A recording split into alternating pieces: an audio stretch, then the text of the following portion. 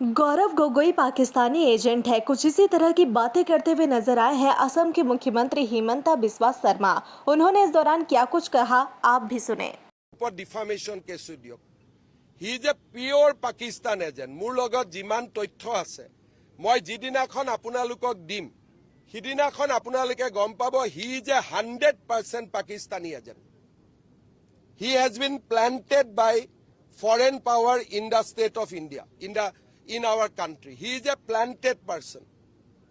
আৰু তাৰ উপযুক্ত প্ৰমাণ লৈ মই কথাটো কৈছো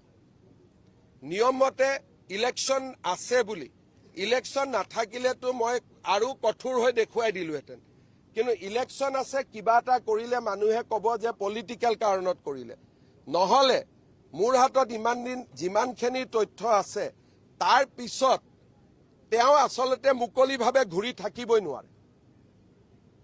কোনবাই ভাবি আছে যে কাগজ নাই নেকি 10 সেপ্টেম্বৰত দেখুৱা নাই কিন্তু ময়ে হয় মই যি কৰিব লাগে টাইমত কৰিমে যি কৰিব লাগে 100% আৰু he is a pure Pakistan agent and as a chief minister মই কৈ আছো he is a planted person মই এজ এ চিফ মিনিষ্টাৰ কৈ আছো